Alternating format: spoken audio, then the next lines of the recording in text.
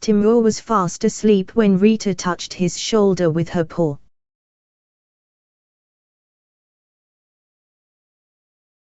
He did not feel the gentle push.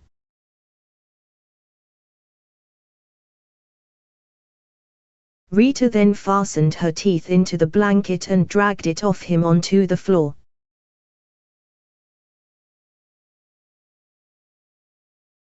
Timur sat up.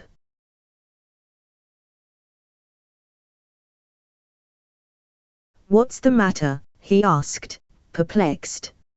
"Anything wrong?"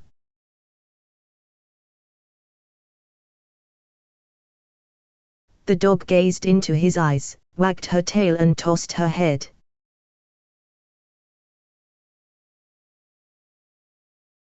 At that moment Timur heard the little bronze bell tinkling.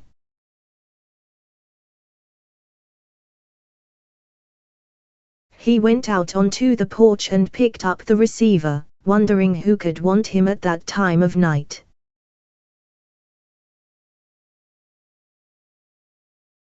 "Hello, Timur listening."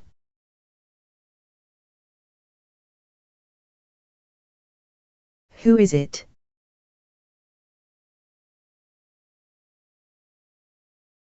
"You. Is that you, Jenny?"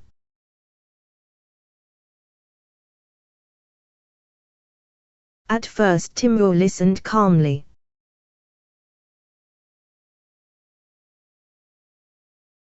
Then his lips began to twitch and the blood rushed to his face.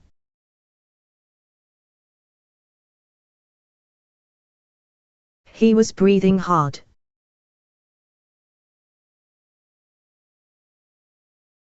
"And only for 3 hours?" he asked agitatedly.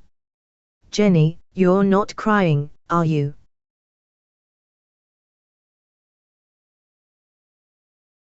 "I can hear you, you are crying."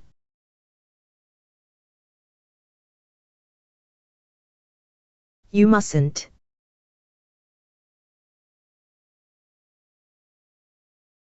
"Don't."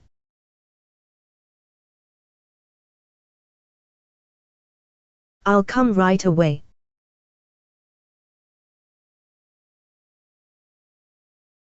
He hung up and snatched a timetable from the shelf.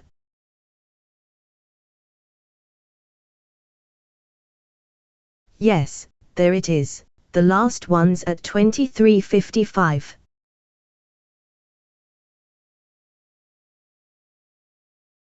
The next one leaves at 3:40. He stood there biting his lips. Too late.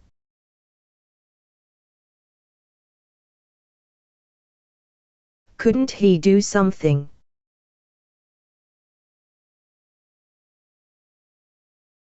No.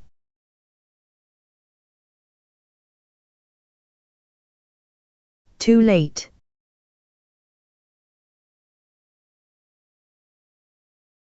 But a red star shone day and night over the gate of Jenny's house.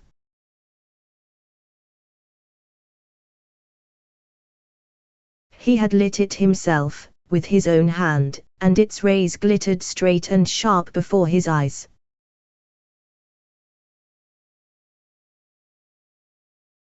An army officer's daughter was in trouble.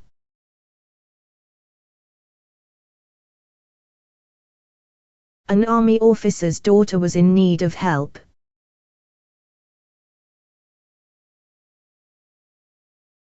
He dressed hastily and ran out. A few minutes later he was standing on the porch of the old gentleman's house.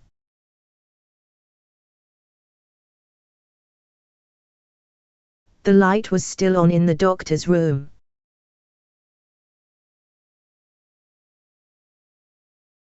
Timur knocked at the door.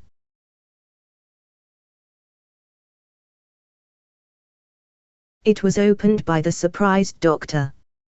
"What is it?" he asked dryly.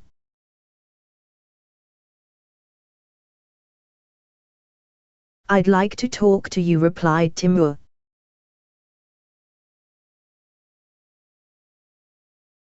"Me?" The old gentleman reflected a moment, then opened the door wide with a flourish and said, "In that case, please come in.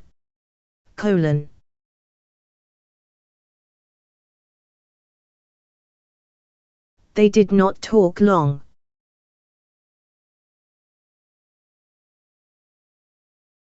"That's all we've been doing," Timur wound up with flashing eyes.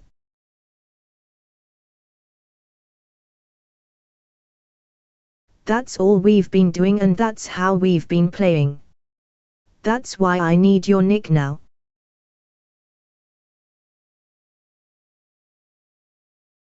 The old man rose without a word.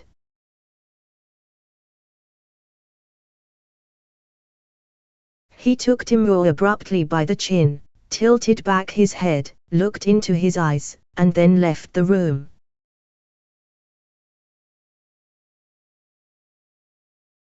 He entered Nick's bedroom and tugged at the boy's shoulder.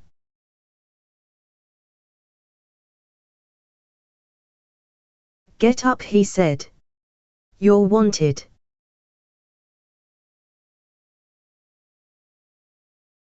"I haven't done anything," Nick babbled, his eyes rolling in fear. "Honest, Grandpa, I haven't done anything."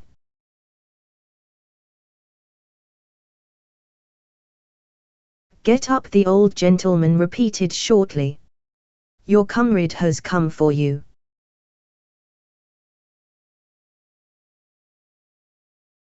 Jenny was sitting on a pile of straw in the loft, her arms clasped around her knees, waiting for Timur.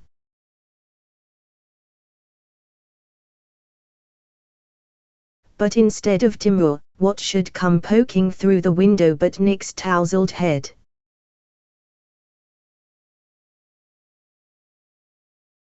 "You!" Jenny exclaimed. "What do you want?"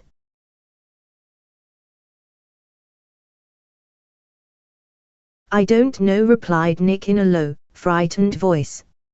"I was sleeping."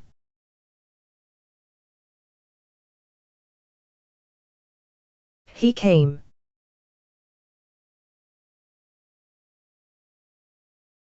I got up.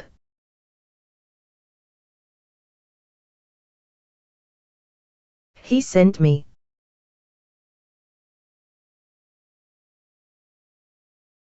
He told me to tell you to come down to the gate.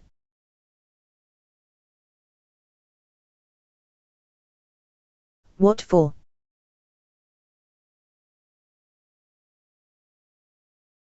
I don't know.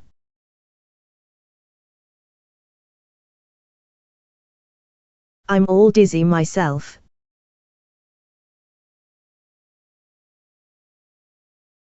I can't make head or tail of it, Jenny.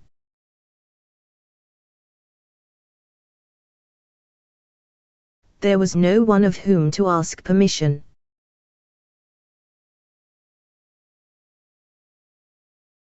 His uncle was in Moscow.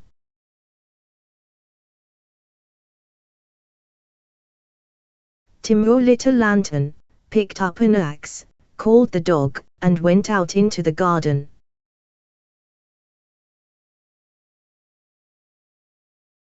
He stopped in front of the door of the shed.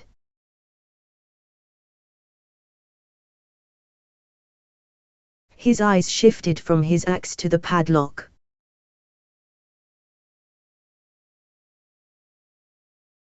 Yes.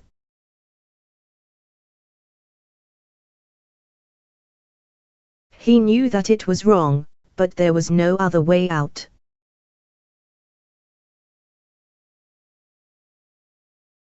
A well-aimed hit broke the padlock, and he wheeled the motorcycle out of the shed.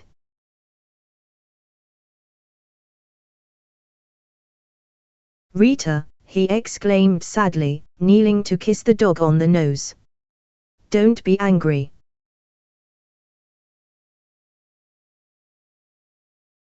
I couldn't help it.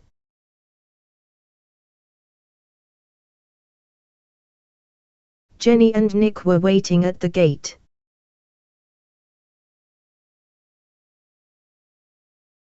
A light bore down on them swiftly from a distance.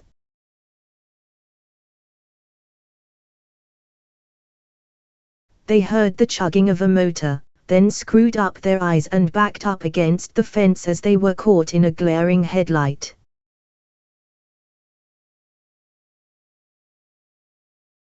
Suddenly, the light went out, the motor was shut off and they saw it was Timur.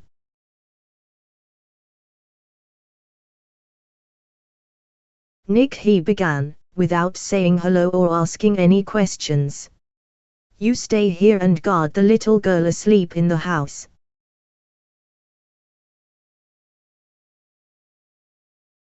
You'll answer for her to the company."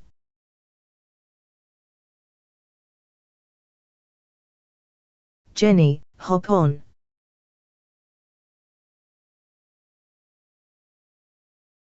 We're off."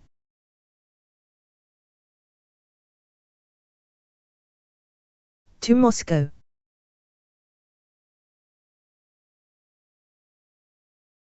Jenny squealed delightedly, hugged Timur with all her might and kissed him.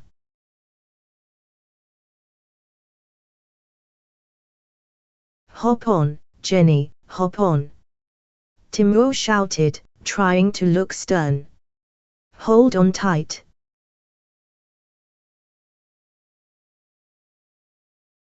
Off we go.